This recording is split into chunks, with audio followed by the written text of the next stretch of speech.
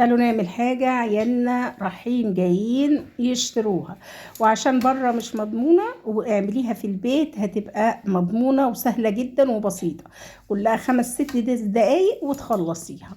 هتقطعي يا ست كل بصلتين كبار حلوين كده، تمام، وحوالي نص راس توم او راس توم على حسب كمية اللحمة. انا معايا لحمة مفرومة 1.5 كيلو، وقرنين فلفل سبايسي تقدري تستغني عنه، وفلفل الوان اخضر اللي يعجبك، وطماطميتين مقطعين صغنن.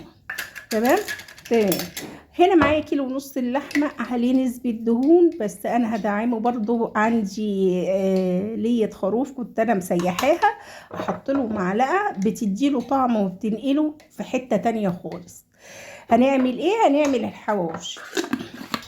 تمام كده. هنعمل 1.5 كيلو من اللحمه. انا برضو عامله نسبه دهون، بس هقلب عليهم معلقه لية الخروف اللي انا مسيحاها دي. طب لو ما عندكيش اي لحمه ملبسه او اي سمين، يعني نسبه الدهون منها 20%، 25%، بتبقى حلوه قوي في الحواوشي زيه زي اللحمه المفرومه. عندي هنا البصلتين حسيت ان هم قليلين، حطيت حته بصلايه من اللي انا مفرزاه، والثوم دوت حوالي راس صغيره حطاه عليه، والطماطم وقرنين فلفل سبايسي دول تقدري تستغني عنهم، مش عايزه تحطيهم ما تحطهمش. طب ما عنديش فلفل، عايزه احط فلفل الوان، حطي فلفل الوان قطعيه صغير. انا ما حبيتش اقطعه بالكبه، وما حبيتش احط الحاجات دي في الكبه، بحب احس بطعمها كده. معايا انا تتبيله الحواوشي اساسي من عند العطار، وملح وفلفل بس، لا ازيد ولا اقل. هنعمل بقى الكاتشب في البيت. دول معايا معلقتين صلصه كبار، وعليهم حوالي نص كيلو طماطم. انا كنت مصفيه كويس، مش مخليه فيه اي حاجه، ومسبكاه على النار. تمام. هديله غلوه، وهحط نص كوبايه خل معاه، وحوالي 4-5 معالق سكر. تمام. وعشان احس بالمزازه كويس فيه ومده صلاحيته تبقى اكتر، عندي تركه مهمه. هحط على طرف المعلقه ملح ليمون، مش هكتفي بالخل بس، هحط ملح ليمون، وهحط رشه فلفل اسمر او ابيض. تمام.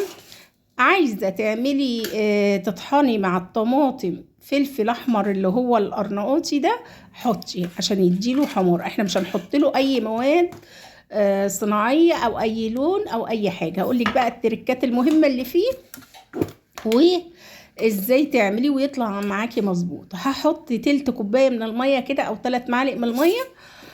هحط عليهم نص معلقه دقيق ونص معلقه نشا، هيطلع قوامه مظبوط قوي. ومش محتاج، عايزه تدعميه واللون مش عاجبك وعايزه حاجه طبيعيه، تقدري تحطي بابريكا، نص معلقه صغيره بابريكا هتديله اللون، بس هو مش محتاج. ومش بحب احط عليه اي حاجه.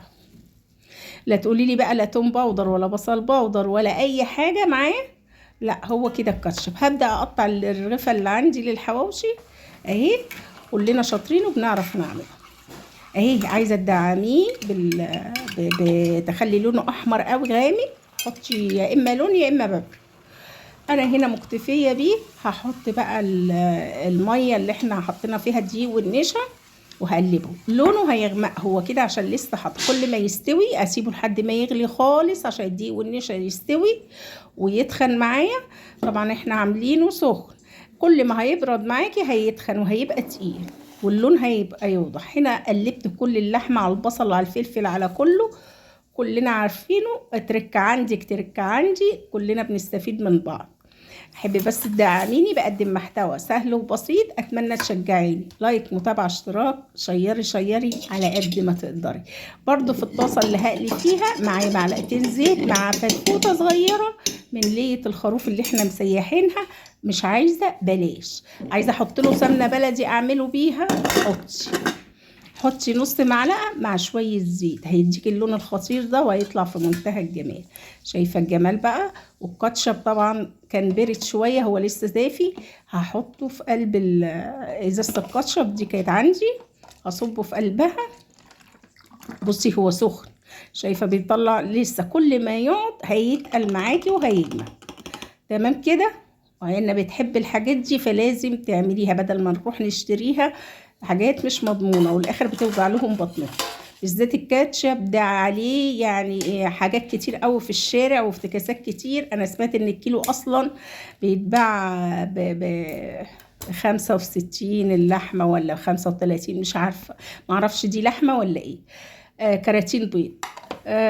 تمام. شايفة اللحمة بقى انت حطاها. طب انا كده هيتكلف؟ طبعا هيتكلف اللحمة، بس حاجة مضمونة بتاكليها. الكيلو هيعمل لك من 10 ل 12 رغيف، تمام، ومليانين وزي الفل زي ما حضراتكم شايفين كده. تقدري تقللي اللحمه قدامك تركه في السوا، يا اما تسويه على النار. كاتشب غرق لي الدنيا، لسه الازازه سخنه فراحت دافعه. تقدري تسويه على النار زي ما احنا سويناه. تقدري تدهني وشه زيت، سمنه، اي ماده دهنيه، وتحطيه وترصيه في الفرن. بس انا بحبه على النار، واغطي الحله هيستوي معاكي بسرعه. هدي النار هيطلع معاكي واحلى حواوشي، طعمه حكايه وتحفه. اتمنى الفيديو يكون نال اعجاب حضراتكم وتشجعوني لايك ومتابعه.